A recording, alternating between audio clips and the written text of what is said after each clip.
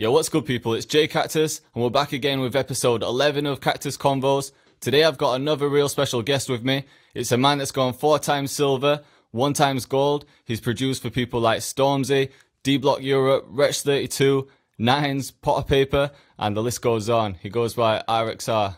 RXR, what's good, my bro? Nothing, man. I'm just here, just chilling in these times. But you know, that's how it is. These crazy times. Well, I appreciate Yeah, you coming on, man, because it seems like you've been crazy busy recently. Even yeah, from chatting with you earlier, you've had a million things going on today, so I yeah. appreciate you taking the Had a time lot out of your day, going on man. today. But yeah, man. I just want to make the time to come on as you reached out to me Appreciate that. before, innit?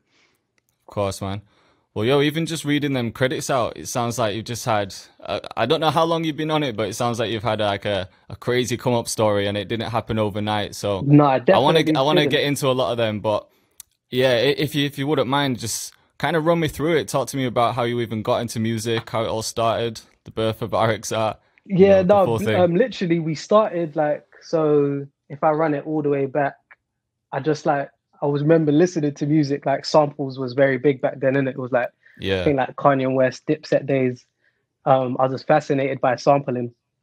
And then my friend was like, "Oh, you should try FL Studio." Picked it up, liked it, and then just got into making beats like that. But I didn't take it serious till maybe I was about 24, 25. right. 29 now. And so about 5 years ago, I started taking it serious. But it was me and another producer that started it together.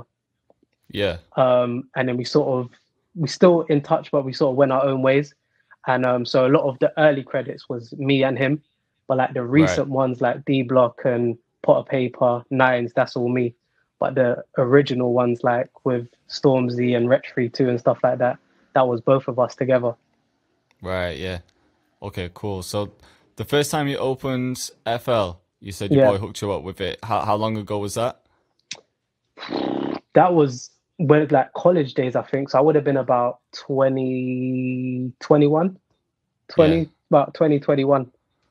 So you're Yeah. messing around with it for like 3, 4 years or something, Yeah, and I was just then you messing thought, you around know with it, what? like in my spare time, I was just like messing about with it, like just making drum loops. And then I think there was no tutorials out at the time. So you Yeah, couldn't like say how to sample a beat or whatever. You had to literally just study it and just try and get to grips how you sample and stuff. So took me about maybe a month or 2 months to actually learn how to sample. And once I got learned how to sample, I would get like loads of old records, my mum's CDs, whatever I could get my hands on, and just sample it. yeah. Um, then I started So you're thinking, sampling from vinyl as well, like taking yeah, vinyl like records. my mum's old records. So she had like CDs, vinyl records. I was taking Oh, just that's like mad. digging through the crates, old school, and then finding mad crazy like samples that I hadn't really heard before. Was using that, putting like the drums on it. Just when I listen back Yeah. to it now, rubbish. But At the and time, you then probably thought they were the best beats ever, yeah, though, innit? when I listened back, I was like, yeah, it was crazy. But um, yeah, it was the sampling, and then what happened after that? I think I just still didn't take it seriously, and then I think like certain artists was just like on Twitter and stuff. I think Instagram wasn't as popular as it is now, but artists was Yeah. just like looking for beats. I was just sending them out to artists that I would listen to from the UK, and the first one I sent out was to an artist called Young's Teflon. Oh, yeah, yeah. Yeah, sent it out to him. He really liked it, and then we just built like a relationship from there. So like he was literally the first placement that I got. So it wasn't until that point where you thought, you know what, I'm going to start taking this serious Yeah, now. once I Because got you saw some opportunity. exactly once he jumped on it and he was like it was like an artist that I would listen to. Then I was like, do you know what, I'm going to take it serious. Yeah. So were you Yeah, starting with boom bap then? I take it if you were it sampling. was like yeah, it was more like hip hop drums. Yeah, so back in the day, like when it was UK rap that started, it was more like Squeaks, Young's Teflon, um, Nine Scraps. Like if you go back and listen to all them old stuff, it's like just Yeah. rap music. Even Potter Paper back in the day as well. That's what I was listening to. Um, it wasn't as it is now, so you had to Yeah, sort of yeah. learn and adapt with the times. But that's how I literally started doing like Yeah. hip hop beats. And sampling from vinyl, that's almost unheard of now. Apart from the people that have been doing it for a long time, but for new producers, they couldn't imagine like You literally pulling a you would vinyl go in, record and get the yeah, loop or sample from YouTube and then thing it. But that's literally how I started. I was like, my mum had the old records and CDs. I'd go through them and then literally find a part I liked and then sample it. that's mad. So you had no musical knowledge before that? You never played any None, instruments? none, Didn't really none know whatsoever. anything? I just grew up like loving music again. Like, so my mum played music around the house, and then back in the day when it was more grime and I was at school, I'd be the person that would play the beats in the school playground, and I would never like want to be the one that's writing lyrics and rapping. But in terms of the beats, everyone would always say, "Oh, what beats have you got? What beats have you got?" So I could always choose a good beat. That makes sense. So when you started to take things serious, were you working at the time? Were you like studying or? Yeah, no, I was studying and I was working. So I was a chef when I first started, like, sort of playing with FL Studio at the time, and I've done that for about 3 years, and then I was like, no, this is not for me. Quit, and then I just started taking music serious. Yeah, and then never looked back. Then I didn't. Yeah, literally, I didn't look back after that. I was like, do you know what? Like, I think once I got the first placement, with Young Teflon, that's when I was like, yeah, let me leave and just focus on music. That probably triggered something, didn't it? Where you're like, you know what, I've got this placement here, so now like the sky's the limit now. You know what I mean? 100%. Like, I can go anywhere from here. It goes for like a lot of. I think even like new producers that are coming up and stuff. I think once you get like a first placement, it gives you hunger to. You want another one. Yeah. And definitely. Another one and another one, and like you just want more and more and more. It's never ending. 100%. So at that point, were you more focused on just trying to get placements and kind of get into the so-called like industry side of it? Because it seems like people put producers in a category in it where you're either like a YouTube producer or an industry producer, even though we're all the same thing. We're all the same. Like that, I never like some people. I don't know. Some producers will look down on say YouTube producers and think blah. But you gotta. I think everyone's a producer at the end of the day, innit? Whether we all like music, innit? Yeah, of course. So I think. So yeah, but you never really had any ideas to try like the YouTube thing. Was it more just work with artists directly? Yeah, because the way I started, we would literally, me and my friend that started it, we would like link up and just like make beats, like just create a vibe, make beats, and then we just do it more for the love of music, innit, rather than actually thinking who's the beat gonna go to. But then as the beat started getting better and better, then we just started saying, all right, cool, we're gonna start sending them out. And these times there wasn't a lot of producers in the UK like that. There was like a handful that I could like think of on one hand that was like doing their thing in the UK. So I was like, it wasn't as big as it is now. Now it's like, it's massive. When I first started, everyone's a producer now. Yeah, everyone's like, there's loads of producers now, which is good for the scene, the culture, everything. But back then there wasn't a lot. So it was like, it was easier to get the beats to who you was listening to. And there wasn't a lot of UK artists like that back in the days as well. Yeah, it feels like the UK has blown up in terms of music over the past few years. Like we're finally getting the recognition that we deserve, because 100%. A while back, even like a few years back, it seemed like everything was just US based. But what do you think changed it? What do you think sparked like the whole world to be interested in UK music?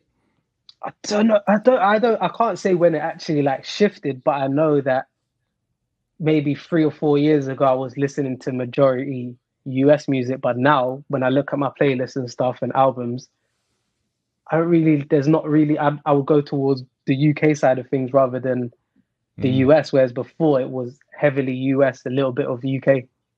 I'm the same. I'm the same. Like even though I was based in the UK, like I'd always just listen to US music because I grew up on people like Nas and Mobb Deep, Wu-Tang, exactly. them kind of vibes. So I was just stuck on like that kind of scene. But then, I don't know what happened. Something just triggered it. I couldn't actually pinpoint it. I would say definitely Drake, maybe reaching out to 6-7 at the time. That was like a big part of the scene. Gigs, when Drake reached out to Gigs, I think Drake might play a big role in that as well when I look back on it, because when I go back, we was doing our thing. But then 6-7, and when he reached out to Gigs, maybe, and then the rise of the drill scene as well. Yeah, it makes sense. Yeah, I think I agree with the Drake thing. He because the whole world is watching Drake, and as soon as he puts 100%. someone on, then everyone's gonna pay attention to that. So he did that with gigs. He did that with even Skepta as well. Yeah, he He done it. pulled Yeah, Skepta sorry. on Yeah, his album, Skepta. didn't he?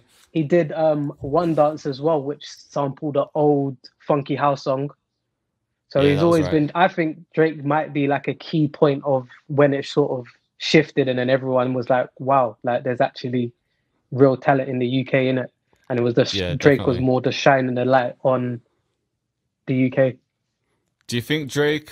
Do you think Drake just fucked with the UK style, or do you think? Because I know Drake's real smart and he can kind of see what's about to pop. Do you think he knew 100. that UK music was about to pop and he wanted to get on it early, or do you think he just fucked with our sound and wanted to get on it regardless? I think It's hard I to think say. I think I think he might have just been like I think he just fucked with the music and then it just so happened to I think maybe there's a tactical side of it, but at the same time I think he fucked with it genuinely as well. And Yeah, then they definitely. both go hand in hand in it. Because I don't think that he would have done something that he Dave was another one. Yeah, When he yeah, yeah, reached out yeah. to You're Dave, right. like I don't think he would have done the song if it was just for like, oh, I see that this is gonna be big. I just couldn't imagine just doing the record unless he actually liked them and the sound and the songs in the first place.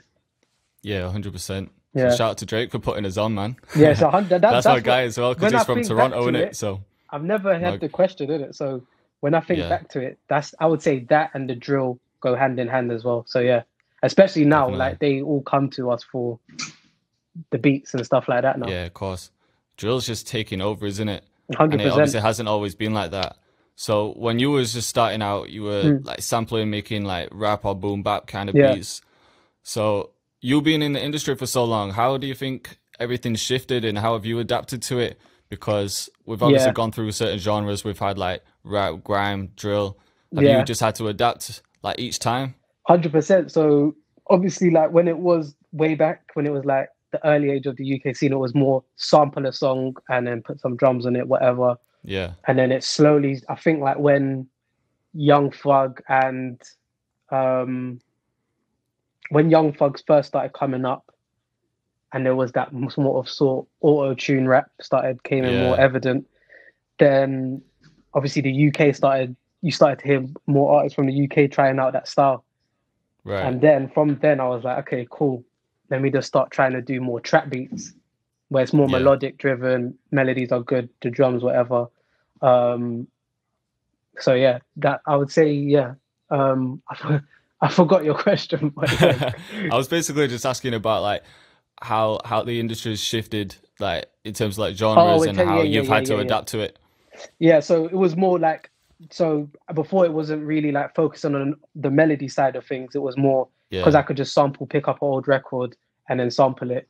But then as I seen it was more melodic, I was like, let me learn how to make my own melodies as well, Right. so that I can try and get more placements with the trap side of things because the whole sampling and making rap beats is sort of dying out right now, isn't it? So let me try and Yeah. adapt so that I can sort of still keep getting placements and stuff like that. Yeah, that makes sense. Yeah, Why do you think everything shifted from being like boom bap, not even boom bap, just like sampled stuff to sample stuff too. it's just become a lot more melodic, hasn't it? Like Yeah, in a 100%. way. See that I wouldn't even know where to pinpoint that as well, but I know that the likes of say Young Thug had a big part to play in it. I'm trying to think Yeah. of other artists as well, but Young Thug stands out because I remember at the time it was like unique. I'm trying to think of any other artists like Young Thug. There was another one at the time as well that I'll be listening to. Was it Future Um, around the same time? Or was he Future, yeah, more 100%. yeah. How can I forget? Yeah, Yeah, yeah. Future, Young Thug, them kind of ones started pioneering it, and Yeah. then obviously then the UK sort of picked up and was like, let's run with it and do our own thing as well. Yeah, yeah. Sometimes I think like technology might have had a part in changing that as well. Because back in the Mm, day, like not everyone had access to all these like MIDI pieces of equipment and stuff for cheap, or like MIDI files that you can use, and you know, 100%. like maybe it was just sampling records or whatever. But then Yeah, as it became easier to access certain equipment, like people could adapt to that. If you yeah, know what I'm saying, if that makes sense. 100%. It just makes it more easier, innit? So whether it be like Yeah, somebody sending loops, whether it be using a MIDI kit that someone's released, or however it is, it just gives us as producers more creativity. It makes it easier for us to get beats out rather than you doing everything yourself. yeah, yeah, If you send me a melody and then I do the drums half and half, we both get a placement, we both get money, both get paid, rather than me doing all the work, making a melody from scratch and doing the drums. It's a win-win situation. Definitely, because back in the day, it was like you either were sampling or you had to be a musician or Yeah, pull in yeah, yeah, yeah, yeah. musicians, like session musicians. But Yeah. now it's like you can just collaborate on everything. Like you've Yeah. got stuff that kind of creates melodies for you, chord progressions for you. Mm-hmm. It feels like collabing with producers, that never used to be a big thing. It No. might have happened sometimes, but like especially nothing compared to what it is now. Yeah. I don't know 100%. what Yeah, it was because back in the day. when I first started doing it, it was same. I hardly recall ever collabing with Yeah, anyone for beats when I first started doing it. But then obviously, as times progressed and stuff, it's like let's collab. But it's the smarter thing to do because it saves you half the work, yeah, yeah, yeah. and Of both of course. you can sort of send out the beat, or I might be in a session, or the other producer might be in a session, and it's like, well, he was in the session, he played it for him. We've just doubled our chances of landing a placement together. That's it. It's twice the network, isn't it? I was Yeah, just twice the speaking to someone network. It about this puts the other both day. of us on at the same time as well. That's it. Because, say, for example, I collab with you, you're going to send it out to all your people, I'm going to send it Yeah, out to all my people. And it's like, you just never know where it's going to end exactly. up. You never So, know where it's gonna go. Like you can send it to, I could be in a session with someone, play it, and the next thing you know, it's on an album. I'm like, look, this is the contract. We're gonna split it. It's both of our credit. We both got a yeah, credit. Boom, with it's the best way. yeah, definitely. So, just whilst we're on the topic of contracts, because Yeah, I get a lot of producers asking me questions like, as a producer, do I need to copyright my beats? What do I do with yeah, them? Do I need to sign up for PRS? Do I yeah, need like yeah, ASCAP, BMI? I feel like a lot of the information that we get is based around US based yeah. artists and It's not. Yeah, producers, so there's a yeah. lot of confusion. So from your experience, like a new producer coming up, what do you think they need to do to not like protect themselves in a way, but make sure that they're collecting all the right royalties? Is it just the Yeah. PRS that they need? Do they need anything else? So I had to learn this the hard way as well because nobody really wants to like teach you or drop it. You can look Yeah, if you look for in the right places for the information, but I had to do it the hard way. And I'd say that if you're a young producer and you're coming up, the best thing to do would be to number one, register with PRS. That's a must. yeah, There's another part to it's through PRS, but it's called MCPS as well.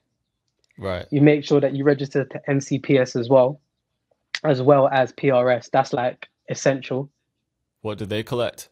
So they collect. So the PRS side of things, don't quote me on it, but I'm 99% sure that PRS will collect your sort of radio plays, TV plays, and anything that's performance based, whether it be festivals, concerts, things like that.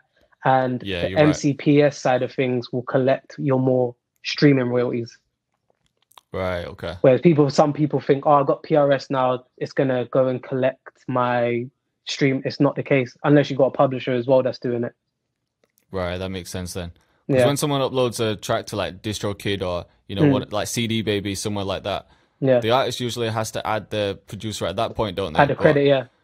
They but don't. if they don't Some do artists that, don't. You can get away with this. It's very if they're an independent artist and they're releasing it through that, they can just easily yeah, miss you out, and then it's a hard one because then it's like, how do you then go about doing it? You can email them and do it like that, but unless you've got like a lawyer, publisher, um, it makes it harder to reach out and get your percentages that you're rightfully yours. definitely. I think it's obviously key if you're gonna make anything, then do a split sheet right from the beginning. Yeah, hundred But for percent. new That's yeah, producers fact. working with with new producers working with independent artists, Mm, they don't always think about that because they might not expect the song to do that well, or they've just never dealt with it before, so they don't think they need to. But then if that song pops off, that's when you're struggling then because you haven't agreed to nothing. no, 100%. So do you think people should do it even if they are just working with small Yeah, independent hundred artists? percent. Like have like an agreement in place, but don't just have it verbally. Have it on paper, written down, like a contract. Maybe Yeah, reach out to a lawyer. I would rather than getting you can get templates and stuff like that. Maybe get a yeah, lawyer to just draft you up a contract that says like who's the percentages, and then send them out with your beats, or if you're in a session with the artist, so that they've signed it and everybody knows. Look, I'm going to help you in your career, but if like once money starts coming in, this is for me and that's for you, and everything's like, rather, because then you hear a lot of stories once a song blows up, the artist doesn't want to pay the producer never got paid, and Right. there's a whole load of hassle. So I would say definitely get your paperwork in order before with artists you're trying, especially an independent artist. Yeah, definitely. I Yeah. think people might just be scared of doing it. Like they don't want to, like say if they don't really have any placements, it might be their first time working with an 100%. artist or something, and they're like, Yeah. I don't want to scare him off. But if anything, it's probably going to make you sound more or look more professional. Yeah. Because if you're the one talking about like split sheets and contracts and stuff after they've already taken the beat, then it's going to make you look like you know your shit and you're on this. So if anything, it's just 100%. going to make you look professional. I think not gonna scare you're them. correct with what you said. A lot of, like, say, new producers that are coming up, they don't want to step on the artist's toes and talk about the business side of things because they're scared of losing the placement or losing the Yeah. relationship, thinking, I'm not going to get any more work or whatever. But you just got to remember, you just got to value yourself more and remember you're as important as the artist. Yeah, But definitely. you bring half of that work, you're still classed as a writer, as the song, because you wrote 50% of the music. So you're as important. So never feel away about the business side of things. Just make sure you've got the business side in order. And like you said, the artist will respect you more, knowing that you got your business. They either will respect you more or they'll just make sure that I'm not going to release the song without having the business inside of things done, because I don't want anything to come back on me. Yeah, 100%. Yeah. And if that person at that point just fucks them off and like doesn't respond or whatever, maybe that's someone that you wouldn't want to work with anyway. Again, yeah, Like, 100%. someone Like, that's unprofessional. yeah, like I've had incidences with artists and stuff where things like that have happened, and it's just like, cool. I don't hold any grudges or have any resentment. I just see it as cool. I've learned my lesson. We move on, and I just know not to work with that artist ever again. Yeah, 100%. Some people. So obviously that. Go on. Oh, go on. You go ahead. Yeah, some people something. would still be like trying to work with the artist, but it's like they've done you dirty in a sense. It's like there's no point. Like, have some pride and just move on to another artist, because there's always going to be new artists coming out. Yeah, 100%. If you lose out on that one, it's like you just have to keep going. There's always going to be 100%. throughout. Like the majority of artists will probably do it the right way, I imagine, or I like to think. But then especially there might if they be got a some label. There's no way they can do it unless they got a label. I don't know, but 9 times out of 10, if you got a label, it's the independent side of things where you got to be cautious of sending out beats to the email and it getting used and you're not getting paid or not receiving a contract. But from a label, they're gonna hit you up because they don't want to get sued, copyright, all of them kind of things. Yeah. I suppose it's a whole different story once they're with a label, because then they're liable as well. It's not just the artist. Facts, 100%. So that's kind of cool if people are getting placements like with people that are signed to a label. But for anyone that maybe hasn't got any placements or is struggling to work with artists, what would you recommend they do? Like, what's the process? So let's pretend I'm a new producer, right? Yeah. And let's say my beats. First of all, my beats are up to scratch. Like, my beats are good, because that's the main thing. Yeah. What do I do? Where do I start? How do I get someone on the beat? Obviously, it's different now. The game's different. So I would just say network as much as possible. Number one. Number two, send as many beats out as possible as you can to different emails. You never know who's checking. Number three as well, I would say try to get in as many sessions as possible as well with even if it's local talent. Like, your local talent might then introduce you to somebody that's bigger. Like, you never know, like, from networking and getting in studio sessions. Getting in studio sessions is the best thing to do. As long as, like, being on job, and when an artist puts send me beats, hit them up like straight away. Try and be first until you start landing placements. But the best thing is getting studio sessions. So with sending beats out, where would people find these emails? Is it just so follow got, these like, people on Instagram, check the socials? Social media in their bios, or maybe hit up a manager or someone that's in their camp, whether it be, some people just like to go for, say, the artist directly or the manager, where they're the ones that are going to be busy. Maybe shout their photographer or their the engineer, because the engineer is the one that's in the session that's going to be playing the beats in the first place. 9 times out Photographer's of a 10. mad one. I haven't heard that before, you know. That could be a gem because I've heard people saying engineers before, but I haven't heard anyone saying photographers. Yeah, But that could be a gem photographer, because, videographer, like whoever you can see that's on their team that yeah, is a key role. It might be their friend, and then you sort of see on their Instagram, oh, they ain't got a lot of followers. Let me reach out to them and see if I can network with them, rather than hit up the artist directly, because they're going to be inundated with beats all the time. Like, so it's like winning a lottery. Whereas if you yeah. send it to the photographer or engineer or whoever, you got more of a chance because it's 9 times out of 10 that they'll play the beat in the session, and then you'll jump on the beat. Definitely, yeah. Not many people would think like that. Everyone just wants to send them to the artist, but No, and you they'll can be imagine inundated. what an artist email looks like. Yeah, It's messy. 100%. As well, if another thing as well, when an artist drops a project, that's when everyone will be like, oh, I need to send that artist beats. Yeah, That's when it's going to be the peak of things. Wait for the project to die down. Give it a month, 2 months, 3 months when they're not really working, when they've gone quiet. yeah, Then hit them up and you've got more of a chance then, because like when it's at the peak, they're just going to be flooded every day with beats because everyone's the hype around it. When it dies down like 3 months time or 2 months time, then start sending them a beats. You've got more chance that they're going to open it up if you do have their email. yeah. That makes sense. So yeah, so following people on Instagram, like any social media platform, always check the stories. Maybe show some love, like start commenting on the posts. 100%. Drop them a And I DM. think the thing is as well, just don't Spam. don't spam, and don't be like needy. Like Yeah, build the relationships organically as well, like, because there's nothing worse than like being that needy producer that's like too much, because the artist's going to be put off straight away. yeah, They're going to yeah. more see Definitely. you as a fan rather than respect you for your work. Yeah, and that can be a fine line to cross cut it because producers will probably get excited to like speak to this person. They might message them quite a lot, sending them links 100%, constantly. 100%. Some people can't control it. You just got to remember and always remember, as a producer, you are as important as the artist. Like, what you do is as important. So, like, they should be in a way like, oh, I'll get into work with the producer. Like, maybe not the other way around where we're like, oh, they should be like, oh, I'll get to work with you as well. But that's just the way Yeah, I think, because coming from a producer's perspective, innit?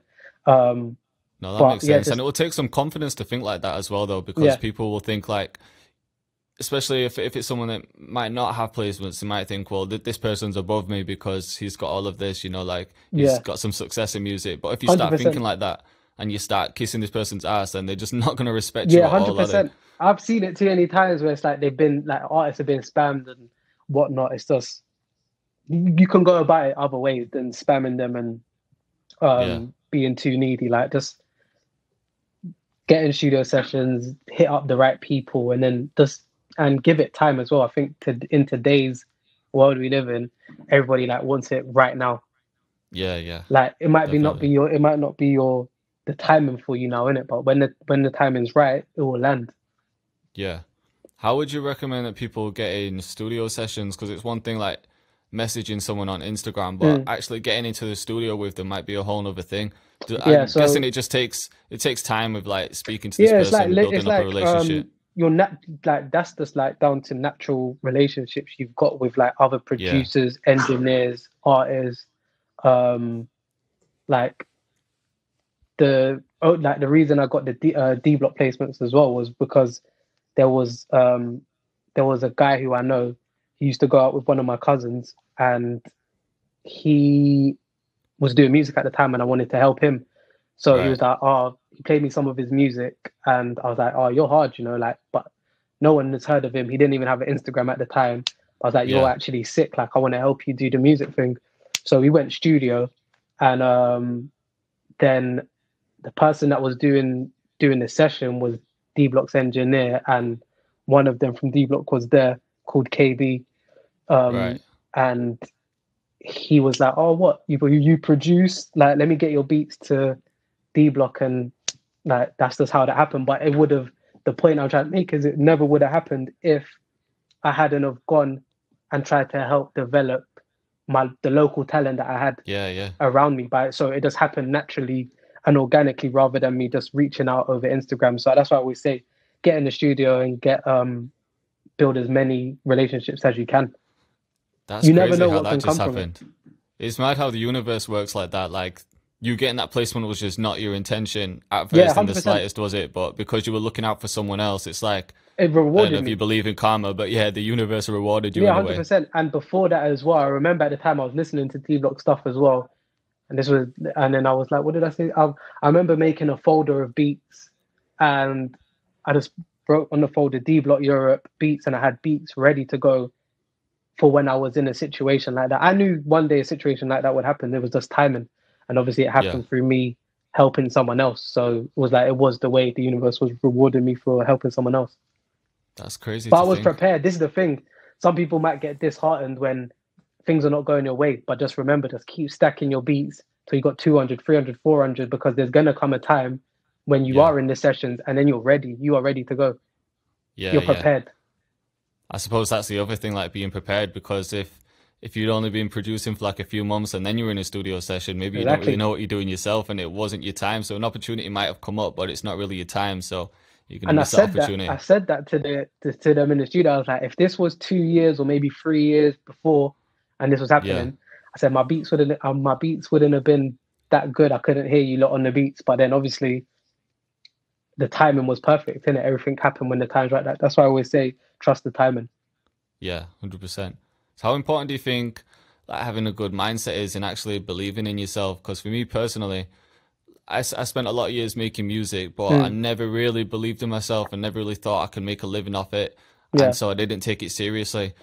And then when something changed in my mind and was like, you know what, fuck this, I'm going all out. And I yeah, just put everything into it and I started believing. That's when everything started changing for me. I'm not saying I've like gone somewhere crazy, but yeah. I've been You able can to see the accomplish certain progression things. and Like, like where you've come from as well. yeah, exactly. So Yeah, how important do you think it is to have that mindset? 100. The mindset is everything, because if you're just going to be thinking like, oh, I can't get a placement, or self doubt, that's gonna you've already lost basically. Like Yeah, you're already like putting yourself down. Whereas if you're thinking positive and like, oh, this year I'm gonna kill it, I'm gonna get placements.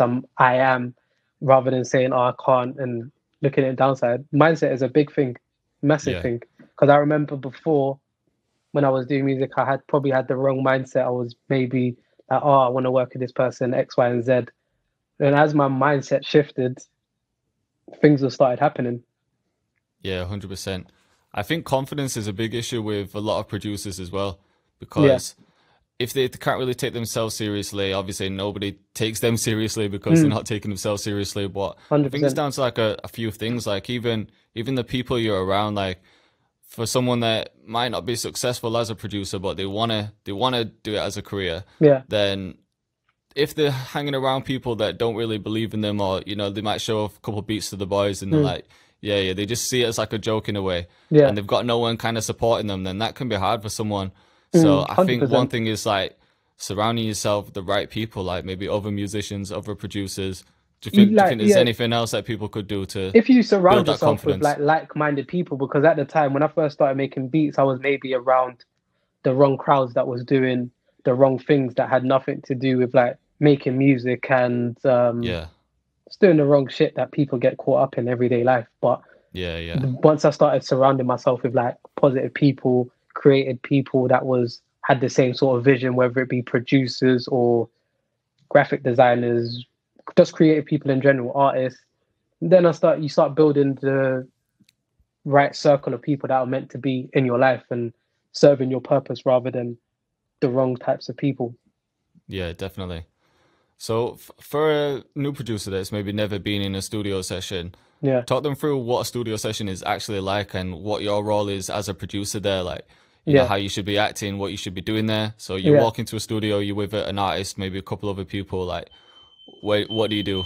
yeah. What's your No, thing? so this is the thing. It depends as well. Like if there's an engineer there as well, that's engineering the session, then cool.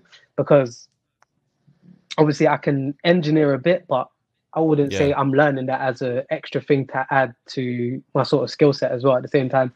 But Right. if we're just talking like you're going to a studio session and playing beats and the engineer's there, then what I would do is just treat it as just treat it as just like just treat it as normal, and Yeah.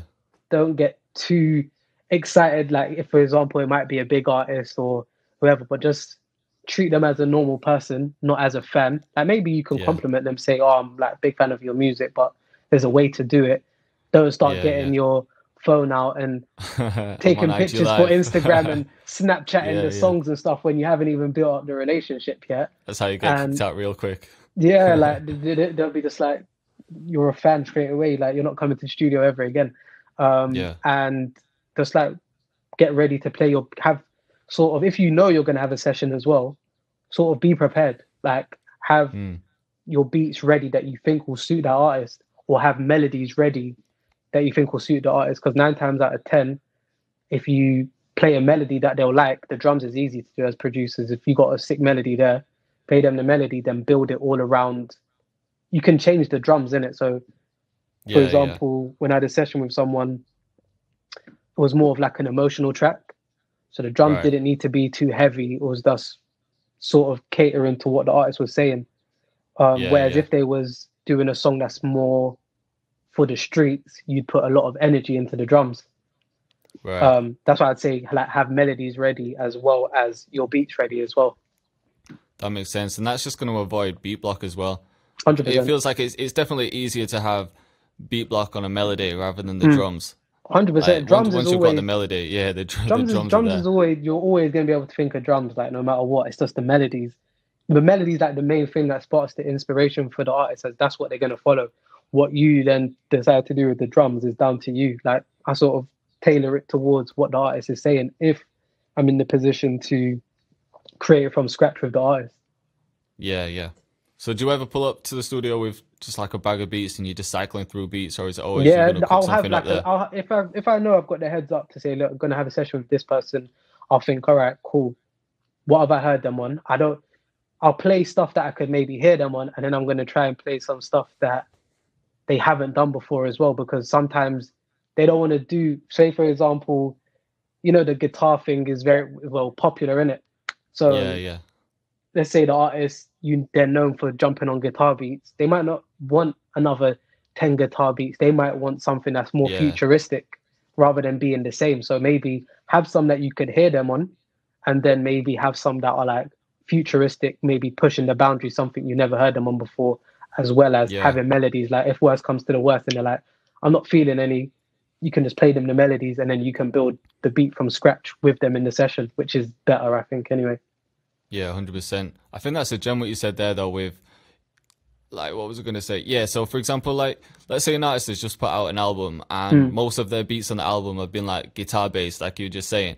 Once they finish that album, they might be looking to move on to a new sound. They might be done with guitar beats. So 100%. once someone puts out that project, you might be sending them all them type of beats that you've just heard on that album, but really Yeah. they're kind of done with that. So I 100%. guess Like, it's kind of hard to judge it, isn't it? Because you might not know what they're going for. So would you say 100%. people just need to send a balance of both? Or There's like a prime example, yeah, would be like Kanye West. If you go back and you listen to his album from the first album to say Sweet Life of Pablo, yeah, he always changed and evolved. So if you was gonna yeah, send yeah, him a college dropout beat for when he was gonna do Late Registration, right, it would like he was already onto something else. And then when yeah, Graduation yeah, came around, and then it was like 808s and hot, it was always evolving. So I feel like if artists that always stay evolving are going to be around for a long time, the sound has to progress.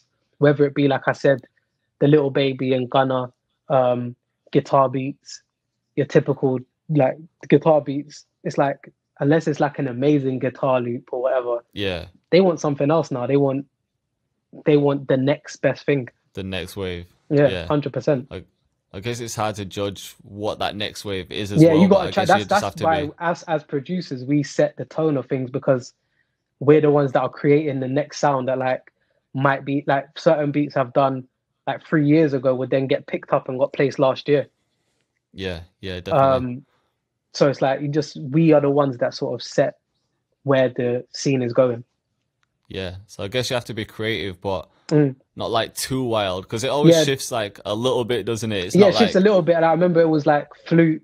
I think it went from flute to guitar, yeah, yeah. and then like it was like okay, guitar to like I would say, but then like drill started killing it, and everything But was then like drill it was beats. like piano drill, wasn't it? Yeah, But yeah, now yeah, yeah, again, yeah, it's yeah. shifting from piano drill to like anything drill now. Yeah, I Like I think feel it's a like lot of drill's it's just now is evolving so samples. much.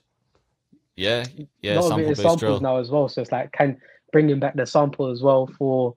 It's like it goes full circle. Like what we said when I first started, it was like sample Yeah, based, and like now a lot of this year and towards the end of last year, I was sampling again. Um, just because I can see the rise of just rap in general again now. Like yeah, yeah. your Nineses, your Potter Papers, your Fredos, and etc. etc. It's like that is what's coming back as well. Do you think UK rap's gonna take over drill? Oh, Because it feels 100%. like drill's on top. You Million, think UK rap is doing million, it? million, 1,000%. Like I just looking at it from like as a whole, I'm just looking at it and I'm Yeah, like, okay, cool. Like the melodic thing was good and still will always be good. But it's like they want like the way I can put it, I had a conversation with someone the other day and I'm like, with what's going on in the world and stuff, people are not getting to go out to like clubs or festivals and yeah, listen to these like club songs that are meant to be in the clubs, like your wavy songs and the right. drill songs and stuff, where the rap side of things, like people want to hear that pain, like because right now no one's having a A good good time. time. Yeah, that people are in Yeah, their yeah, houses and stuff in it, so they want to yeah, hear like real rap, like what people are going through. So when Potter Paper dropped that project, that's like the perfect time because people yeah, wanted to yeah. hear that sort of thing, and then obviously you got Nines that went number one. I think Fredo went number two. Um, People want to hear that again now, innit? So it's like I feel definitely if you don't know how to sample, learn how to sample as well Yeah, as making definitely. melodies. 100%. Yeah, I suppose people at home right now, they actually have their time, or they're actually paying attention to what's being said, whereas like the music that was popping off before, maybe they were just like out and it was just like background noise. But Mm, yeah, like it feels like now obviously people do have the time to absorb what they're actually hearing, if that makes yeah, sense. hundred But percent. let's rewind a little bit, Yeah, because I know like we've kind of got into everything, but I want to hear about, let's go way back to when, okay, so you quit your job, you yeah, started music. yeah. How long did it take you to get to the point where you were actually like earning a living from music Meat and being from like, right, music. okay, I'm So comfortably doing obviously, this? yeah, I would do like so when I first quit the job, I was just like sort of doing odd things here and there just to get by, Yeah, and then put the money back into like studio equipment and stuff like that. I'd say probably took me like another like probably like 2 3 years of like struggling in it basically not struggling but yeah, like you're not just kind where of you making want to ends be meet. financially in it to make be Yeah, earning yeah, a living off of music. So it took me probably I'd say about 2 3 years from when I quit my job to be making something that I'm like okay cool, I can live off of this, it's nice. um what kind of sacrifices do you think you had to make like during that two oh three yeah, years like certain things that you'd see like that was out or whatever, like it's having the discipline to say like oh I'm not going to spend it on that.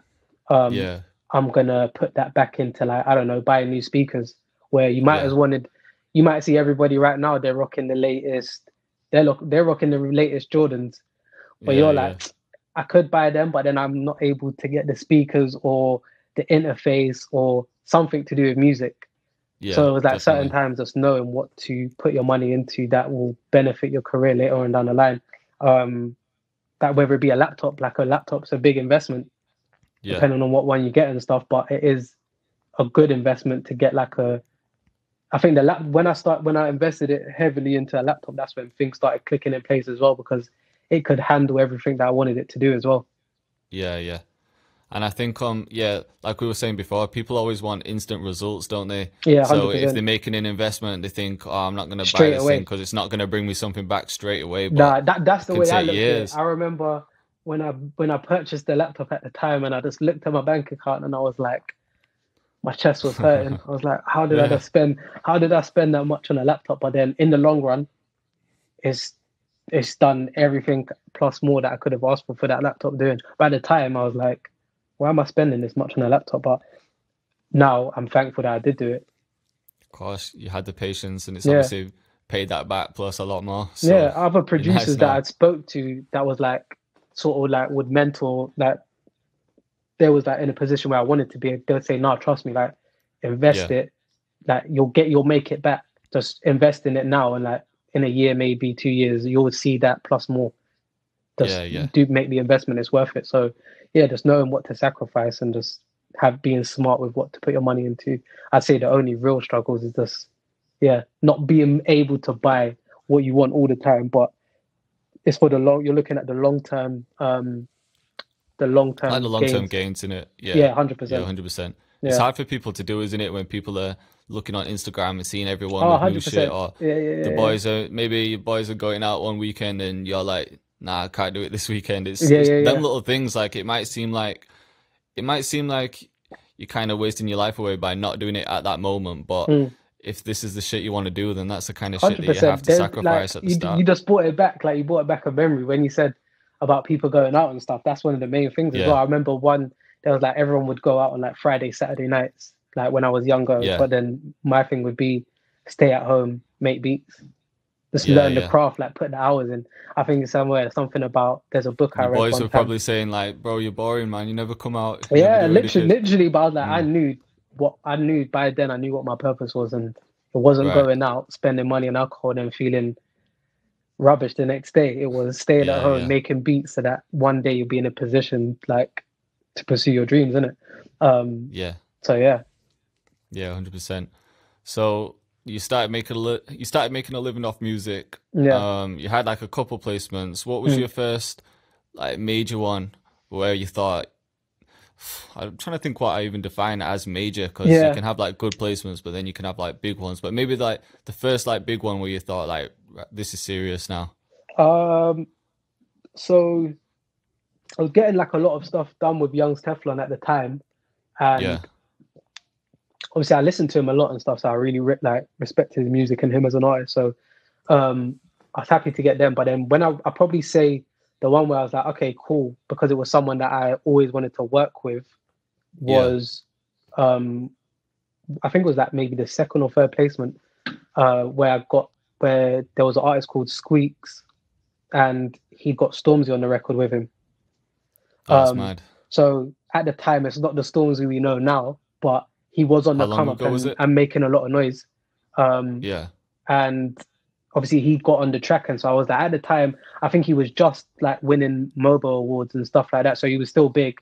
And so for yeah. me, hearing his verse on the track, I was like, okay, cool. Like that's like my Crazy first. For me, feeling. that was like, yeah, that's the first. I was like, okay, cool. I can actually a household name to speak is on a Yeah. beat that I've done. Cool. Like I'm gonna go even harder now. Do you think so? When you got that one, do you think it was like a domino effect? They Oh, all 100, started coming yeah. in. I was like, yeah, what's next? Like, what Yeah, else do I need? Then I think around about that time as well, certain things was coming out, like tutorials on how to do certain things and whatnot. So it made it a little bit easier. yeah, And yeah, it was literally just kept going after that. That was just gave me the energy to keep going. yeah. So that's mad to think that that was one of your first like Yeah, it was like major it placements in a way. was I'd have to check the SoundCloud. It was I think it was like maybe 5 years ago, and it was like the first was no, it was either the second or the third placement that I got.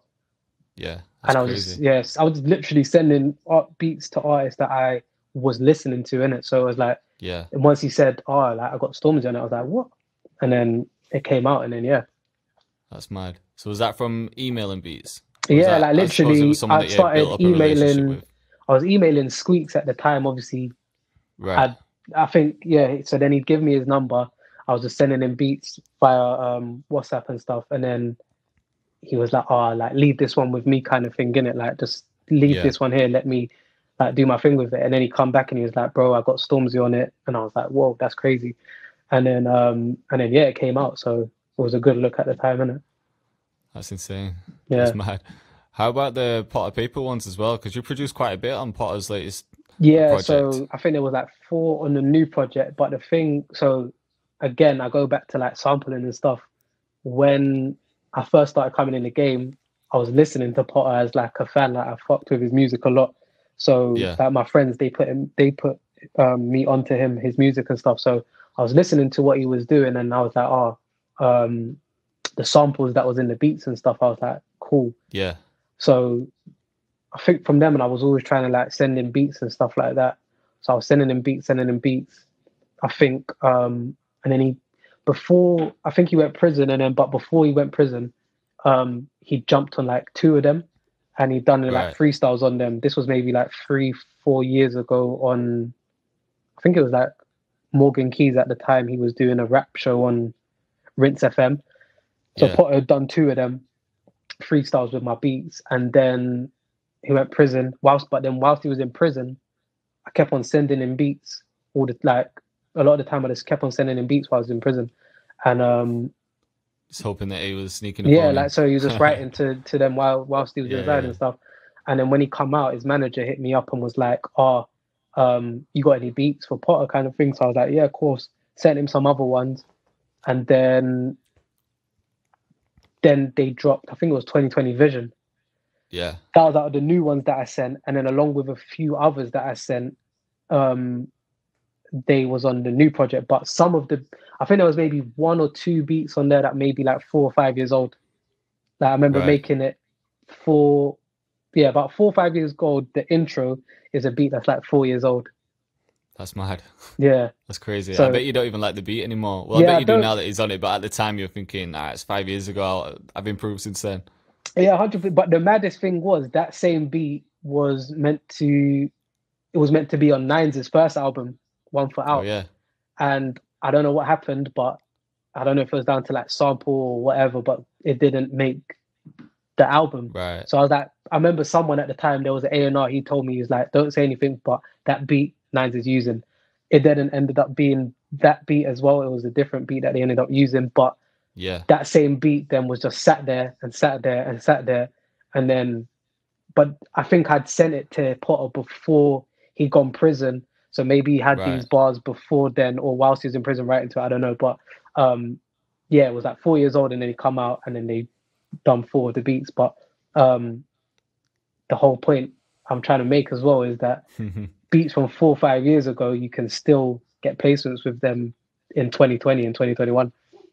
That's crazy to think, isn't it? Yeah. Like, because most people, even like, especially people that upload beats to YouTube, I know a lot of people have messaged me saying, "Do you think I should delete all of my old beats?" Because no way. That is I've done it. I can't lie. I've done it on some of my. Do you know what? I did it today. The worst thing, I was going through my YouTube, like looking at my oldest videos, and I was like, some of these beats are so dead, and I deleted some. But just having this conversation, I listened to it as well, and I'm like, this beat was dead. I don't really like it. But when I heard people's reaction to it, they're like, "Oh, I love this beat," like, because I don't know what it is. Maybe it's like nostalgia, like it takes them back to a certain. You don't really hear beats like that because, for example, the beats that you might have deleted on YouTube, someone may have got their hands on it and done something on it that you didn't expect, and you're like, "Oh, cool!" Like, I should have kept the beat there, basically. Yeah. No, I definitely say keep beats there, because you never know. Like, I always say to myself as well, these beats that I'm making right now might not get placements this year.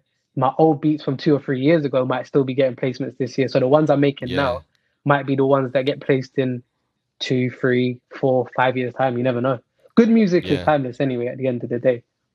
Of course, yeah. And like you were saying earlier, it's like it does a full circle. Like you were starting off with the sampling stuff, and then like to the rap stuff, the drill stuff, and now it's coming back to like 100%. That's why I just lately I've been sampling a lot, getting back to the sampling. Yeah. So that's what originally I fell in love with. So good to be back doing that, but I'll still do melodies at the same time as well. Of course, yeah. Do you run into many problems with sampling apart from like the Nines problem, or you don't even know if that was? I don't even know if it was that, but I just remembered. I think because it was a sample at the, I think maybe it wasn't cleared or something to do with that. But in terms of I don't think I've come down. I haven't actually come down to sampling issue. I feel like you would get an issue if it was if it turned out to be like a massive record. Yeah. Then I feel like they'd come for it, but I feel like they won't touch it unless it's like a massive record. They won't come for it. I think it's probably not worth people chasing if it's not getting millions of streams. Because what are they chasing? But if it's big enough, then they're coming for it 100%, and you're gonna have to sort something out. Yeah. So some people try to avoid sampling in just as a whole. Like, just don't want to sample just because of that. But it's like you can still sell the beats as leases. You can still get placements with them same beats. So just do whatever sounds and feels good to you, innit?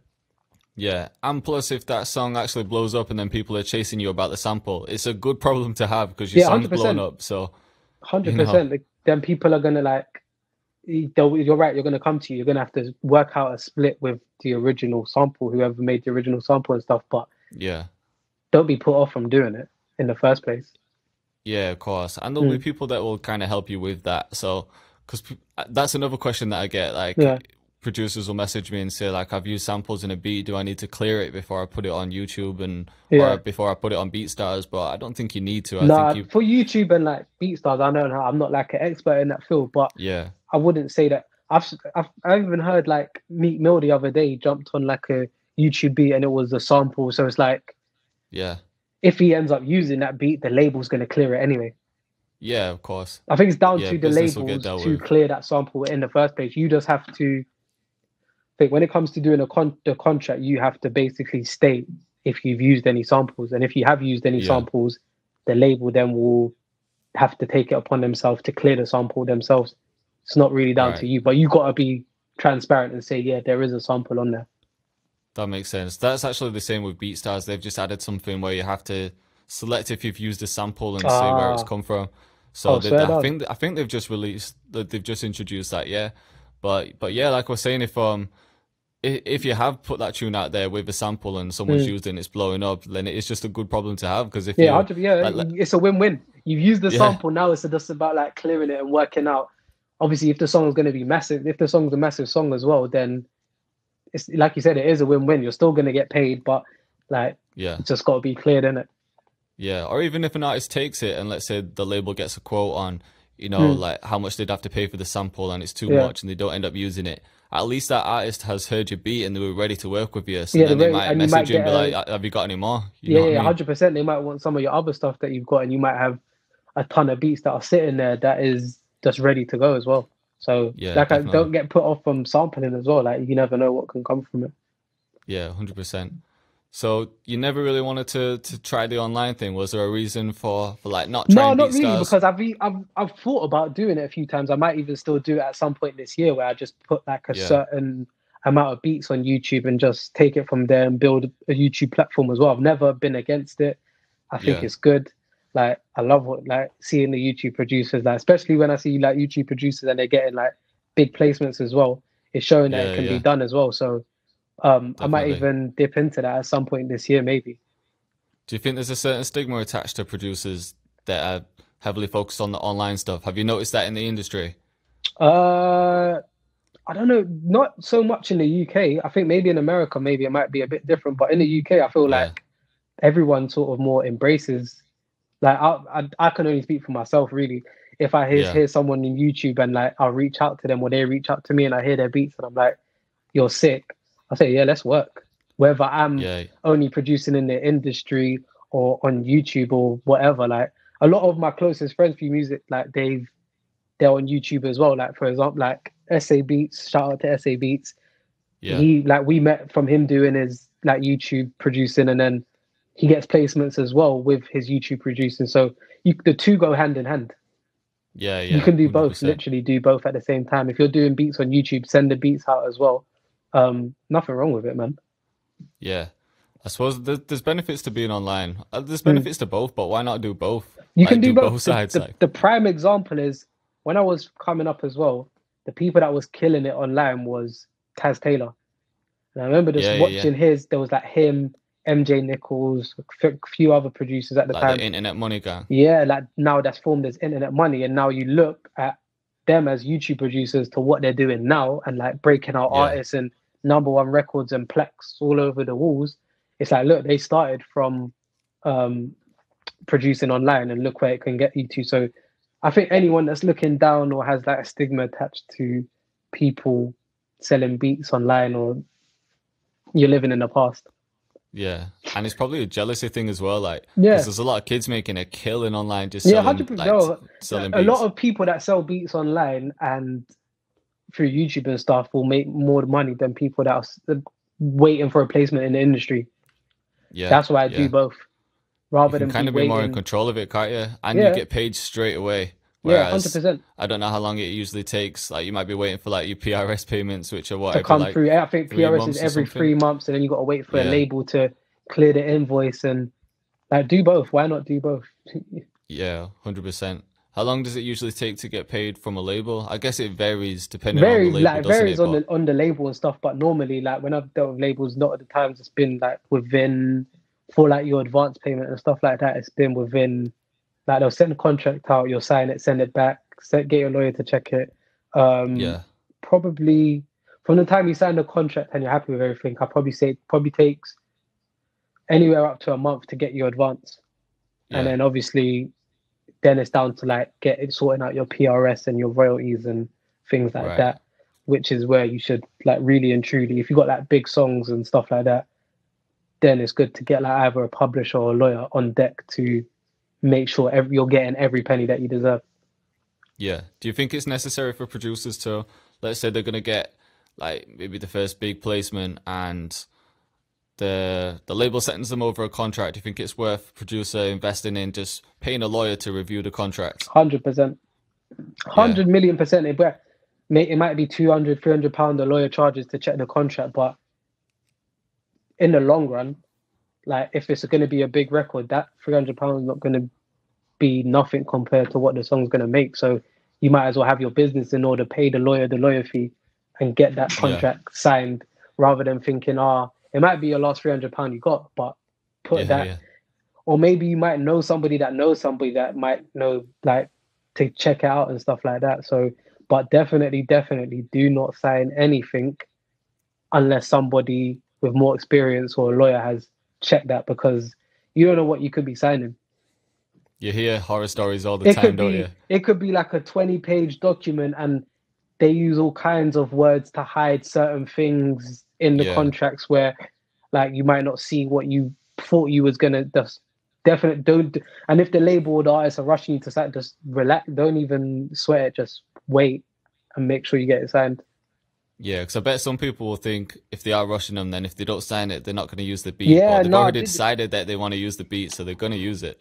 like I remember there was an artist, so it came down to doing a project, and the artist didn't want to pay the producer fee for the beats and Right. stuff like that. And then the label had the project ready to go, and like there was billboards and stuff like that. But on the Thursday, when it came down to putting out the project, the label couldn't put out the project Oh, that's crazy. That's because mad. the producer hadn't signed off on the contract. So as producers, you hold the power. Don't feel that you have to sign the contract. You hold the power. Even if you're not happy with the price and you want to negotiate the price, negotiate your price. Yeah. They've recorded the song and they're ready to put the song out. So if you not happy with the price, change the price. They're gonna have to come back to you and negotiate because they want to put it out on their thing. So Yeah. don't feel rushed. Just take your time with it, and yeah, don't feel rushed into doing it. They have to wait for you to sign it. You hold all the power. I suppose if they're sending the contracts, it's probably suggesting that that track's already recorded, like you said. 100%. They've got it there. Like, it means they got the track list done. They've got all the things ready to go. Like, sign the contract Yeah. so we can release the project and have the green light. If you don't do it, you can't release it without me signing it. Otherwise, Yeah. you're in for a big lawsuit. You're Of getting course, sued yeah. because I didn't sign anything. And I suppose they're not interested in buying beats that haven't made an album or haven't made anything. Because rappers, they record so many tracks like before they actually put out a project, but they 100%. won't be buying them beats before the project's released, will they? Or No, maybe not right at the beginning. they'll it's sort of like they'll use like how I've, like sort of through experience and stuff. It's like artists will record hundreds of songs, and then it will just be like Yeah. narrow it down to like the best ones they want for that project and stuff like that. So they might Yeah. record 200 songs that year, and then it's down to like the best 15. And then once Yeah. it's time Yeah. to decide what beats, then I sort of then they'll start hitting up the artists, the producers, to sort out the buying and purchases of the beats. Yeah, definitely. Or they Yeah. might even just record to random like free beats that they've seen, Mm. or just anything that they can download, and then they start looking for beats that are similar to it. Similar to it, yeah, Like, 100%, yeah, because yeah, that might just spark the inspiration, and then they yeah, might want to yeah, take it to the next level and stuff like that. Whether it be shouting at producer or saying to someone, "I want something like this, but I need it to be like this, and this," and like, do you know what I mean? Trying to piece it together themselves. Yeah, that makes sense. One downfall that I can think of selling your beats online Mm. is, let's say you're selling beats online and you're selling like leases for 30, Yeah, and then like a higher lease with stems for 100, and yeah, then exclusives for, I don't know, a bit more than that. If you're getting like a major artist on your beat and the label is sending a contract over, or even just mm. asking how much you want for the beat, Yeah. do you think that person's going to struggle to get more than what they sell it for on the website? It's Because like I've if you seen a start lot of saying, "Oh, I want a grand," they might be like, yeah "Well, you're selling it online for a for hundred, free. Yeah, so but it's like I feel like I don't know if because I don't really sell online. Correct me if I'm wrong, but I do see a lot of producers now they put exclusive make an offer. yeah, that's right." So in that sense, if they're coming to you for the exclusive, then cool, you can be your own sort of. You can set the price that you want, whether it be whatever price you want to put. But Yeah, if you've got it already in your thing, our exclusive is 350. They're gonna say, well, you're selling it on 350. We'll just buy it for 350 from that kind of thing, innit? yeah, So yeah, as the yeah, exclusive, whereas the ones that I see where it says make us an offer is probably the best bet. Then you can sort of make up what you feel the beat is worth. yeah. You've got more negotiation power A in a hundred way then percent, because yeah. you So I haven't would set a say figure I on it. don't sell online, and I'm not expert at selling online. But if you can change it to make an offer, then you hold more power in them making you the offer rather than you having a set price where a label or artist can see and say, "Well, hold on, like you said, you're selling it for $300. Why are you asking me for more than what you're selling it for online?" Yeah, yeah, exactly. You can land yourself in a tricky situation A then. hundred So percent. yeah, I think that's important. That's what I did. I think when I first set up my BeatStars, Hmm. I had it on for, I can't remember what I set it for, but then I quickly changed it to make an offer, Make an offer, and yeah, it's yeah, yeah. Probably people was definitely telling you beneficial. as well. Yeah, You probably like you'll end up lowballing yourself, like to like oh they'll be like oh okay cool I'll buy the exclusive off you right now for that price. yeah, yeah, of I'll course. take that all day but like once you know your worth and like you see progression and stuff like that, I feel like everyone will change it to make an offer because you know the way that the UK music scene's going, music in general, like producer needs to be paid and like artists are making a lot of money off of it, so you as a producer should be valuing yourself higher Yeah. than How do you three think hundred dollars producers for an should be? exclusive. God, yeah, sorry, God. I'm just gonna say, how do you think producers should be pricing the beats if they were to get like a serious artist on there? Mm. Because a lot of people don't know what to charge, or because maybe they're broke themselves, they think that nobody has money, if that makes sense. Yeah, So a lot of I people, mean, yeah, they might not value themselves that much. Again, it might be a confidence I thing. think because of it's down. I think it's down to like I think it's individual to each person. Like you might be Yeah, young, coming up in the game, you got your first placement, and the label reaches out to you and says, "How much for the exclusive?" You might to you, £300 might be a lot of money at that time. So you're happy yeah, with that £300. But then as you progress and you get older, you sort of value yourself more, and right. the more experience you got, more people you worked with, I feel like you can demand a higher fee based on it's sometimes I don't think it should be like that, but I think it's like based on who you've worked with or quality of the beats, Yeah, um, how much you can charge. But um, yeah, I'd say pretty much to you, what would you be happy with? And just don't lowball yourself, but like what do you feel that that piece of art is worth? yeah. Like just don't I undersell it. suppose it's different for each person, isn't it? Yeah, And 100%. depends Like on, there's never like when I've been speaking to producers that I know and stuff. There's never like a set price. It's all like a label might hit you with a price, yeah, but to each producer that might be changed. Like you might hit me with a price, and I'll be like, I'm not accepting that. You need to up it. So yeah. each one is different. Like whenever I speak to other producers and stuff, it's different just depending on who you are, who you worked with, what label it is. Um, Very hard to say like a set price. Yeah, 100%. I suppose Yeah, it's all about like how much you've built up your personal brand as well. yeah, 100%. And Yeah, yeah, like how it depends on on your circumstances at the time, like you were yeah. just saying. So if someone might be having like a month where they're quite struggling, they've got, Yeah, you know, a full family to feed and everything, and yeah. then someone hits them up with like 200, you might be like, you know what, this 200 is actually going to pay for a A lot of my hundred bills this percent. Like month, so then I I'm can just gonna, understand. I can understand them yeah, taking it. Like if someone's offering you £300 for the exclusive, and like you don't think you're able to get much more out of them for the beat, yeah, you got to do what you got to do at the end of the day, innit? Like so yeah, sometimes times are hard, so you got to then do it. But then as time goes on, I think they'll learn and value their worth and stuff. But that comes with time, innit? Of course, yeah. Because, yeah, there's a flip side to that where it could be like, you're comfortable with money, you're not struggling, and if someone offers you 200, it might be a beat that you know has potential, or you actually believe in yourself, so you might be like, I don't need it, I'm not desperate right now. So the prime example I'd say was when I first started making beats, like in the UK, there wasn't streaming, you couldn't monetize on YouTube like that. It was more, you're just doing it for the love of music. So when these artists are jumping on the beats earlier on, like when I first started making beats, it wasn't a thing of money. It was a more, I'm excited for the placement rather than the money. It was never about the money. It was more about the art and hearing the song come out, because there was no streaming back then. So it was like, there's no money to be made. So we're just doing it for the love of the music. Yeah, 100%. So what keeps you motivated then? Because I reckon when some people, or imagine when some people start getting some big placements, they might be like, you know what, I'm comfortable now, I'm gonna take my foot off the gas type of thing. So I feel like that's where, like when we was talking about earlier, having the right people around you, like your circle and things like that, like the people I'm around and stuff like that, I look at people that are still motivating me, and I'm seeing like, there's a next step to go to now. All right, cool, I might have done this and this, but now I want to do this. Like I might think now I want an international placement, I might want a Billboard award now, I might want this, and I feel like it's never ending, like, because even if you were to get like a Billboard, it's like, what's next? I want a Grammy. Like, what is the pinnacle of it? So it's like, I always will find once I've got something, and if I've wrote something down and then it's happened, then I'll think, okay, I'll reevaluate my goals, and then I'll be like, all right, cool, now I want to do this and this, and to start planning to try and reach them goals. Yeah, definitely. Because I hear so many like successful people say that, like, it's never enough.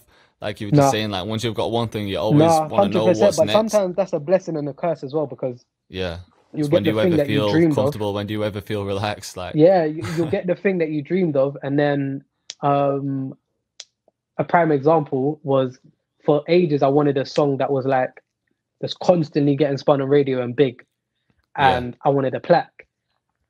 I think it was around about my birthday, I think I got the plaque, and then they started playing the song I did for Dig That and D Block, but it was within a week of each other, and these two was two of my goals that I've had at the beginning of the year. And so once it happened, I was like happy for maybe a day. After that, I was like, what's next? I was literally like, chasing that for I was years, like, what is next? Like, I need to go and do something. I need to do something else now. So I feel like it will never end. Like, I think that's on, someone might get a Billboard or something, but if you sit back and you're like, oh, I'm good now, that's when complacency can kick in, and you can lose the hunger. But for me, it's always like, what's next? Even if it's like looking at like younger kids and stuff, what they're doing, and where the music scene is going, just paying attention to that and being excited for like new sounds, up and coming artists and stuff like that. You always got to embrace like who's next up and stuff like that. Yeah, definitely. I think it's important to, like, when you actually achieve them things, to like take a moment to appreciate it and be like, you know, and reward yourself, you know, like taking that moment, but then have that mindset where you do want to chase what's next, because like you said, you can get too complacent. Sorry. So let's go into like the technical side a bit. Do you use FL? FL Studio from, I think it was from when it was maybe FL Studio 9 or FL Studio 10. Can't remember, but it was one of them. But I've always used FL 9, Studio. That's time ago from FL 9. I can't remember FL 9. It was either FL 9 or FL 10. I remember. I think when someone back when it was actually Fruity Loops. It was called Fruit. Yeah, it was called Fruit Loops. That's exactly what it was still. That's when I was just like dabbling. When I jumped on it properly, I'd probably say it was like FL Studio 10. Yeah. All right, cool. So talk me through your usual process. I know it's probably different each time, but you just open up your laptop. 9 times out of 10, it will be like, it'll just be like, start with like melody basically, or sample, melody or sample, and then like sort of, it depends as well. If I've got like an artist in mind, I'll sort of cater it towards them and what I can hear them going for. Or some days I might just feel like and just be free with it and just create something that I would like, and then just see who I can hear on the record afterwards. Right. But yeah, always Are you the start type with of the guy that melody. will make like 10 beats per day? Or Nah, is it, do you know? do you spend quite a bit of time? Nah. I can't do that. Like the whole 10 beats a day thing. Like I Yeah. think my thing's more like I'll do maybe 1 or 2 beats a day, if that, or maybe one a Yeah. week or 2 a week, and just like spend time on the records rather than trying to knock like 10 or 20 beats out a day. Like I know people that can do it, and they'll be like 10 or 20, and 20 of them are bangers. Yeah. And Yeah. it's just like, but for me, I rather just like take the time with it and just think. But then some days I have splurges where I'll start like 5 sick ideas. It's all different, innit? But I say on average, in an average week, I maybe finish maybe 3 or 4 beats a week.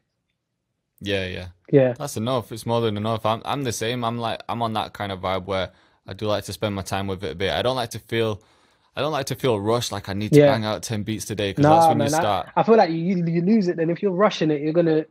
Like, you got to remember what you're doing it for. Like if you're doing it as just solely as a business and you see it as just a way to make money, then cool, do 10 beats a day, whatever. But if you're doing it because you love and enjoy music, I feel like you'll put a bit more time and sort of effort and dedication into the beat, because at the end of the day, it's your art. Yeah, 100%. And when you're spending more time on it, that's when I feel like you can get a lot more creative, because that's when you can start tweaking things or just try new sounds, like start coming through like new plugins, everything. 100%. Do you have a couple like go-to plugins that you use? I think like for a long time it was just as soon as I open up FL Studio, it would be load up Omnisphere. Yeah, but over the last, that was everyone's go-to for a long time. Over the last say year, 2 years, I feel like I've leaned more towards Contact. Yeah. And Contact, and I think it's Arturia, Analog Lab. Yeah. So them two I've been using a lot more than Omnisphere, but I will go back to Omnisphere now and then for like certain sounds and presets that I like. But now it's leaning towards Contact. Yeah, the quality my of guy, Contact he just is hooked just me up crazy, with all of these Contact banks, and I was like, oh yeah. I was like, yeah, let's just go in at Conte. He was like, you need to get these Contact banks, so I got them, and then crazy. Yeah, do you know what? Speaking of like Contact, I did an interview with Native Instruments. Okay, they shouted me on Instagram. They were just because they're working on a new product, so they were just asking me a couple questions, and then they hooked me up with like loads of so they hooked me up with loads of Contact banks. But they're like 30 gigabyte per bank, so I've only been able to download like 5. And I've got like this is what I was saying. The laptop was key when I bought the laptop, because the laptop that I would have, if I'd have tried to attempt to open up a Contact bank, it would have been the RAM would have went crazy. You would have known when you tried to open up a bank that's like 30 gigabytes. I think there's one. I think there's one that I got called Jade Ethnic. I think it's that Chinese one, does flutes. That's and stuff the one like I'm that. trying to get. Bro, there's that one violin. I can't remember what it's called, but there's one like sick violin in there. Bro, it's like 100. It's like 100 gigabytes. What? So when you're trying to load up the sounds, bro, it is crazy. But when you get time, trust me, get that. Yeah. 100%. Yeah, 100%. I've seen a few people using them in tutorials, and it's been crazy. That's like my next one to get. 100%. Obviously, that's not owned by Native Instruments, is it? It's owned by no, it's like a third party that will make Novos, something like that. Yeah, that's the one. They do another one, I think, as well. It's called Balkan. What's it called? I forgot, but it's similar to the Jade Ethnic one. Yeah, was it like a smaller version or? No, it's like more Eastern European sounds, like Bulgarian, Russian, whereas the Jade Ethnic is like Chinese, Asian. Right, I'm with you. Yeah, I need to try them, definitely. 100%. Contact's just sick for like just realistic sounds, isn't it? Like if you want a 100%. piano, you know when you open one up in Contact, it's going to be like the piano to use. Same with like 100%. strings. I'm always using strings in Contact. I feel that I always, for realistic sounds, all the time, is Contact is the go-to now, isn't it? Yeah, 100%. If it's like more synth, you'd run with Omnisphere. But yeah, Contact is just my go-to now for them kind of sounds. Yeah. And where are you finding like samples these days? Are you still just samples as well? I take it you're not pulling out records anymore. No. I'm not. Unless it's like some days I might not have I might not hear anything that I really like or something like that. Whether Right. it be somebody sending loops out, or you can go on websites now and like download like original compositions that people have made and stuff like Yeah, that. yeah. So I'll listen to a lot of them sometimes as well. But if nothing's inspiring me, I might go through like my mum's old stuff, or someone's vinyl and stuff, and just see if there's, because if I feel like if you go through the old records and stuff like that, sometimes you'll find hidden gems that are not available Yeah. online. Yeah. Or you wouldn't have just found online, because Yeah, once you've got that album there, it's easy to like flick through them 10 tracks. But once you're on YouTube, you might be looking through playlists and it's just completely different all the time. So yeah, yeah, you can 100%. definitely find some hidden gems. But a lot of the times I will just go on YouTube and just like have a listen, see like what samples there are. Like I chop a lot of samples anyway. Just in general, I'll chop them up like ready for when I'm gonna make a beat. But I'll give them to certain producers that I like and stuff like that as well. Just give them to like Yeah. use on their own terms and stuff like that as well. Oh, so you're finding samples and sending them to other people? Yeah, just like I just love finding samples and chopping the samples as Yeah. like one of my main things. Then I'll give them like to Or some of like my the chopped friends. version, you'll give them. Yeah, I'll give them the Oh, chop I see what loop you're where it saying. saves them time from having to chop it, and it's just like I just enjoy chopping samples anyway. Yeah. And then if I can give something to them that helps them out when they're making beats, it's win-win Yeah. at the end. And like I could make a beat with the same loop, and you could make a beat with the same loop, and we're gonna have two different, completely different beats out of it. So it's Yeah, like yeah. it don't affect me in any way. Like I'd just rather help other producers out.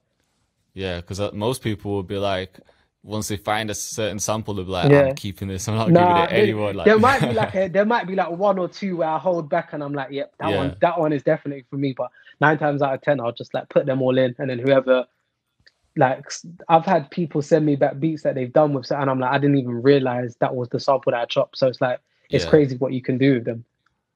Yeah, everyone's just creative in their own way, aren't they? Mm, I 100%. like watching them just them videos, you know, where like it might be like 4 producers flipping one sample. Oh It's yeah, just yeah, cool, yeah, yeah, yeah. good to And it was see the way, like everyone's creativity. yeah. Do you know what I want to come back? Did you ever watch Rhythm Roulette? Yeah, ever yeah, watch yeah. them? I used to always. I don't think I've watched any lately, but I remember watching a lot of them. A lot of producers I that I don't know if look they've up to put would any have out it. in a while, but No, yeah, they they haven't. had like everyone on there. Yeah, I think I'm trying to remember the ones that I've watched, but I think Boy Wonder had one. I think Cardiac had one.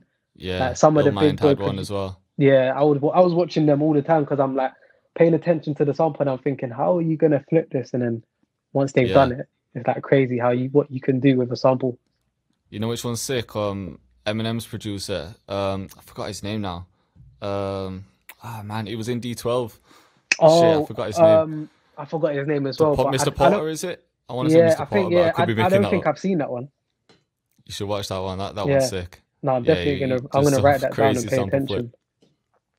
So, how about like just anything that you're working on at the moment? Because you sent me a drum kit. I ended up using it yesterday. I was in the studio No, do you know what yesterday it is? when you used it. With that kit, like I've had it there, and basically all it is my go-to sounds that I've collected over the years, in it. So I'll literally make a Right. folder and like I'll just update it every year with the sounds that I'm using. And so Yeah. I was like, we're gonna put them all together there, and then at some point this year I'm gonna drop that just for like other producers, and rather than it be just like 10 kicks, 10 snares. Yeah, yeah. I don't plan on doing like a drum kit every year. I just want to give like producers, like maybe if you're just starting Your out, sound. you've got literally a whole bunch of sounds for the same price in it, basically, which is Yeah. like I said, it's everything that I would use as my go-to sounds. I'll just go straight Yeah. away, open it up, and then I'll choose some of them sounds. But I'll update it all the time. That's what I need to start doing, because I still just have everything in separate kits. Nah, I bro, think that's where I spend most of my time. saver. Yeah. If I had my laptop right here, I would show you that literally as soon as I open up, I'll go into it, RXR 2021, and then I'll go through all the sounds, and it's like they're always getting updated. Like, and if I like a sound, I'll pull it out to the left to the thing, and then put it into my folders. So I'm like, cool, I know Yeah. it's there. I can go to it, and it's easy. Yeah, that's such a time saver, because Yeah. I spend so much time like when Looking I for start the making a drum beat, I'm sound. just looking through all kinds of sounds. Yeah, I don't know why I do it. And I keep telling Yeah. myself every day, like, you know, as soon as I've used the sound, like if I use it in a beat, why don't I just put that into a separate folder where it's the ones that I've actually Just sometimes used? people don't want to like. It's like sometimes it's a bit time consuming, but I think I started doing it when I was like 2016, I think it's just a habit now. Yeah. Where, oh, I like that sound and I've been using it a lot, right? Let me put it to the side. Or there might be a day where I'm just like, let me just look for some new sounds to add to my kit. Yeah, yeah. And that take I half guess an it hour goes out. back to that same thing with investing in yourself instead of Yeah. investing money. Just invest a bit of Invest with time the now time, yeah. to save Some yourself people so think- much time in the future. Yeah, some people always think it's got to be just making beats. It's sometimes it's organizing your files and your drum kits and things like that, just to make stuff easier for when you're in sessions or want to be creative. It's 10 times easier. Yeah, just staying organized. I think that's kind of one of the reasons why I started making my own kits, but I started getting into like actual sound designing where I'm like creating everything from scratch. That's the best. Yeah, if you're doing kits like that, then it's best, like you said, you're giving them something new, rather than something that they've got but it's just renamed 20 different times by 20 different people. If you're recording your own sounds, making your own sounds, it makes you unique, because then people will want to buy it to use like the percussion or things that people have never heard before. Yeah, definitely. Because I don't know if you get this, but sometimes I get bored of like using the same sounds. Oh yeah, so that's why I was just 100%, getting creative. 100%. Like I'm even bored of using my own kit right now, so that's why I'm working on a new one at the moment. But it's because I use my own like so much, and then I get bored of it. No, but then like one man's trash is another man's treasure. Like 100%, I might not be using my kit, but then you give it to someone else and they'll be like, this kit is the best kit ever. Like to someone that just first got their hands on it, innit? It's like, yeah, definitely. So so there might be some kits dropping. Have you got a plan for when you're gonna drop that? Probably like maybe summertime. Probably I just release it then. Like it's just just to like, I just basically want, like say, new producers or whoever just to like have a lot to get started with, and it's like there's everything that I would still go to today. It's been collected from like 2016. Some sounds in there that to drop, because then you are saving people that time of like organizing everything, because you know it's going to be a good sound. It's all there. You might not like everything, but I've gave it to like a few producers and stuff like that, and whenever they always say to me, "Oh, like I go to that kit a lot now, like can use the sounds in it," and I'm just like, "Ah, cool, I know it's good then, innit?" kind of thing. So, I just wanted to give it to a few people first, and then I'll drop it later on in the year. That's good, man. I suppose you wanted some feedback as well, didn't you? Like I want people that's like actively like working and like, do you know what I'm saying? So send it to you, send it to a few other people just to see, like, sort of gauge whether people like it and stuff. Well, from you said like you open up and use it, then that makes me happy. Yeah, definitely, man. Yeah. So apart from that, is there anything? Well, I know you're working on a bunch of projects right now, but I don't know if there's much that you can say like on the podcast. But if there is anything that you want people to know about, it is the way the unless you it's like 99% done and the track list is out and everything. Like it's like cool. We're working on a few projects, but again, it's just like some people as well think, like an artist may use your beat, but it's like they use how many beats. But if what I'm trying to say is, if they use your beat, cool, but it's one thing them using it, to land it on a project is another thing. So they might maybe want to aim to get maybe them on 5 of your beats rather than just one, and then being like, oh, they posted a snippet on their Instagram on my beat, I can relax now. No, you need to make sure you got 5 or 10 beats with them on it. So definitely. My whole thing is just, I'm just going to keep on working on these projects this year, and then hopefully they all land and something's on them, they all stick and they end up coming out. I'm sure they will, man. I've got confidence in you. I'm sure I appreciate that, bro. But just let everyone know where they can find you as well. Is it just RXR Music on all socials? The socials is just RXR Music on Twitter, Instagram, and on Snapchat as well. Just straight RXR Music on all of them. Cool. All right, bro. I appreciate you coming on the show. Appreciate you taking the time out your day, bro. Appreciate that. I love what you're doing as well for like producers and stuff like that, man. So it's a good look. Appreciate that, man. I just thought that there's a lot of people doing it in the US, but there isn't a lot of people doing it in the UK. So I just wanted to kind of give everyone a platform. 100%. Like I said, bro, what you're doing, like I can see the vision and like I know where it's going. Like you're going good places, bro. 100%, man. Appreciate that, man. Well, we'll keep in touch, and everyone that's listening, bro, make sure you go follow him. Keep a lookout for what he's got dropping, and appreciate you, bro. Love, bro. Appreciate it.